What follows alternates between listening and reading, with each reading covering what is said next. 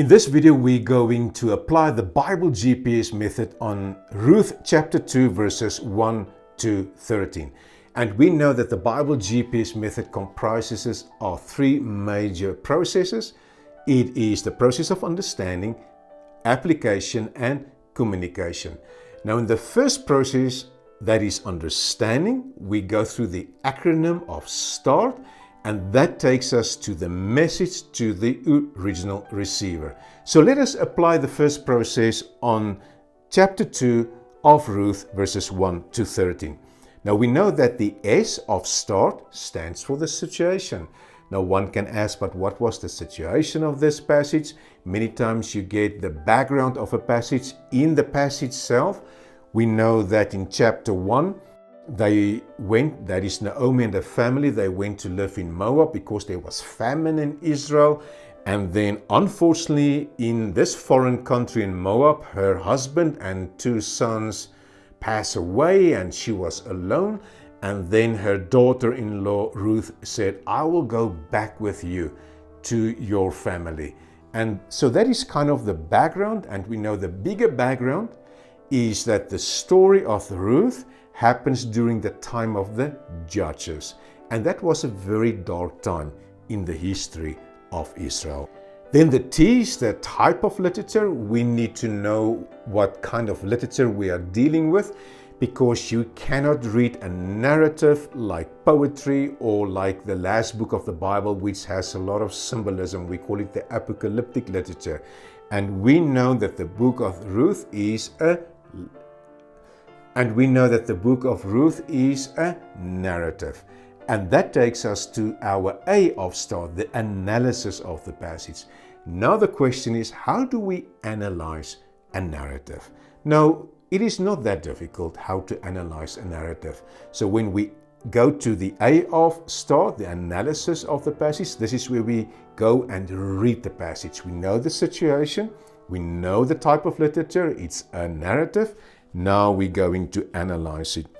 Now what I normally do, I divide a narrative into episodes. And the reason is, it is easier to understand the message if you divide the narrative in episodes, because episodes are usually related.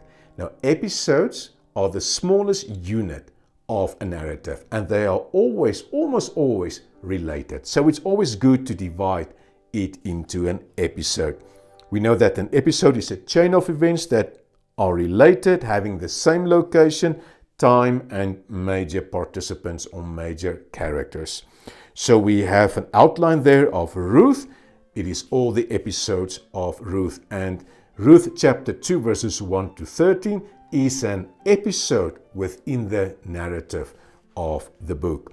So number 2, what I normally do is I determine the plot structure, because we know that the plot structure creates the tension, and then there's the release of tension, and then there is the result. I think the tension starts in verse 2, where it says, and Ruth the Moabite said to Naomi. Now it specifically refers to Ruth as the Moabite, and we need to know that the Moabites and the Israelites didn't see eye to eye.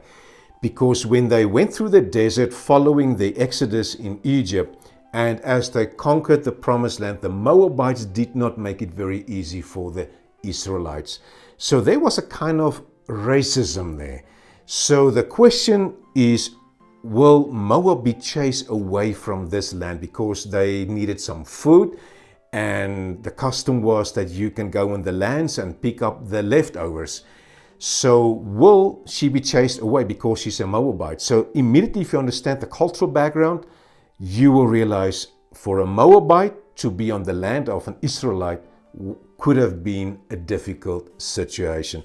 So there is the tension, and the tension is building up. And you see in verse 6, there is also, she's the Moabite who came back from Moab with Naomi. So there is again the reference to her as a Moabite. And then you get the release of tension in verse 8. So Boaz, he was the owner of the land, said to Ruth, my daughter, listen to me. Don't go and glean in another field, and don't go away from here. So Boaz actually released the tension and he was very friendly towards Ruth and said, you know what, don't go to another land. You can come here every day and pick up the grain. So I will show my compassion to you. And then in verse 13, you get the result. It says, may I continue to find favor in your eyes, my Lord, she said. You have put me at ease. So this is the result. There was tension. She's a Moabite. Would she be chased away? And then in verse 8, there's the release of tension. Boaz said, you know what? You're welcome on my land. And then you have in verse 13 the result. You have put me at ease by speaking kindly to your servant. So we see that this is the plot structure. It is there to keep the interest of the reader. And then 3.3, I just identify the main characters, and that is so easy. It is mainly Ruth and Boaz and Naomi as well. And then 3.4, it is very important to understand that it's a question. How does this narrative, because it's an individual story among hundreds of individual stories, how does this narrative, that's the bottom level, relate to the narrative of Israel, which is the middle level, as well as the narrative of God's universal plan of redemption, that is the top level? How is it related? Now, I think you need to think a little bit how it is related, and you can read Bible commentaries to get some help.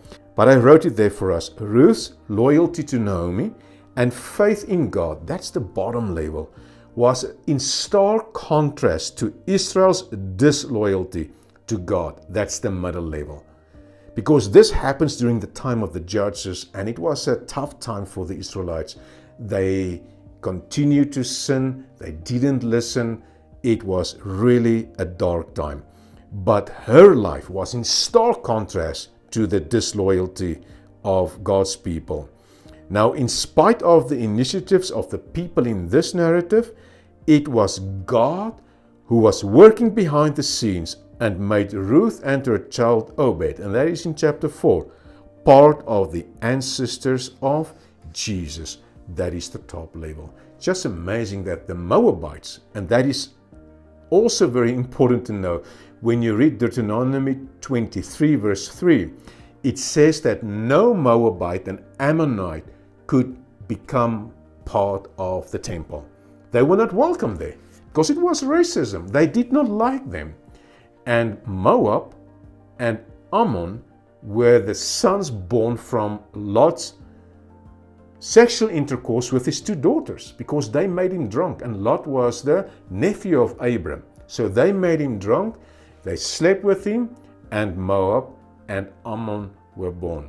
And then 3.5, conclude and summarize the message to the original receiver. Now, how do you do that?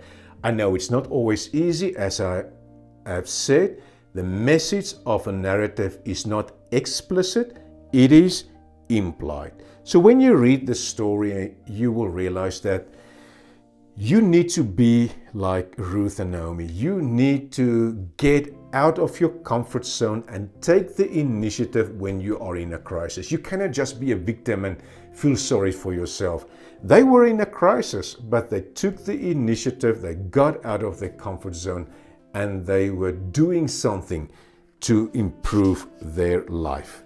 So you can probably get something else from this narrative as well, and that will not be wrong. In the A of start, the analysis, we got to the message to the original receiver that we need to get out of our comfort zones, we need to take action, we need to take risks as well to improve our life when we are in a crisis, like Naomi and Ruth. We know that in the A of start, this is where we spend most of the time. We divide the narrative into episodes because episodes are normally related. And then we look at the plot structure. We see who are the main characters. We see how does that individual narrative or episode relates to the middle level, the story of Israel, and how it relates to the top level, God's universal plan of redemption. So we realize that the message of this passage is somewhere in the line of you need to take responsibility for your life, you need to take calculated risks to improve your life as well. And then we get to the R of start. Now we're outside the passage. We have spent lots of time in the passage, and the R is just to look back at our result and see if we have done a good job. And that is the relationship to the rest of the Bible. Now, I can guarantee you when you read all those passages, our message to the original receiver relates to the rest of the Bible. And the T, we just want to make 100% sure that we're on the right track. It is test of your findings.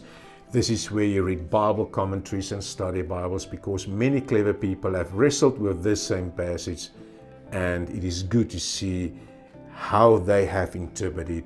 And I promise you that you can give yourself a check mark there. Yes, we are on the right track when you read Bible commentaries. So we have concluded in A, the message to the original receiver, relationship to the rest of the Bible, confirmed we're on the right track, as well as the testing of our findings by reading Bible commentaries. So that takes us to the next big process, the process of application. Is that message still applicable to us in the 21st century? And in the process of application, we need to be aware of 3 laws and 1 cultural practice. It is civil law, ceremonial law, cultural practices, and moral law.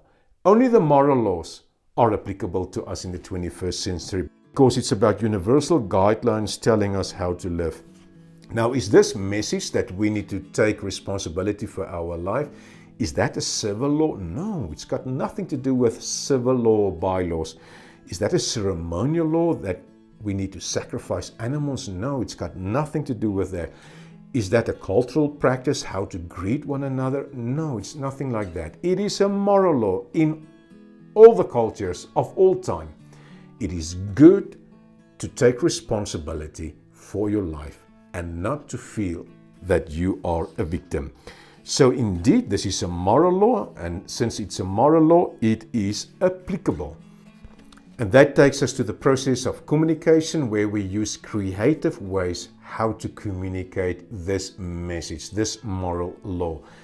While you can preach great sermons, you can have dramas, PowerPoint presentations, there are many ways how to communicate this message, but I think the best way to communicate any message of the Bible is to make it part of your life. And I think when you are in a difficult place, and we all find ourselves sometime in difficult places, then a difficult place, a dark place, so easily can paralyze you. But then you need to be like Naomi and Ruth. You need to get up, take the risk, get out of your comfort zone and do something. Because God's work, God's gracious work in your life does not exclude your activity. It includes your activity. It includes your actions as well. So we need to take action. And when we take action, we will be surprised how God works in our lives. Thank you.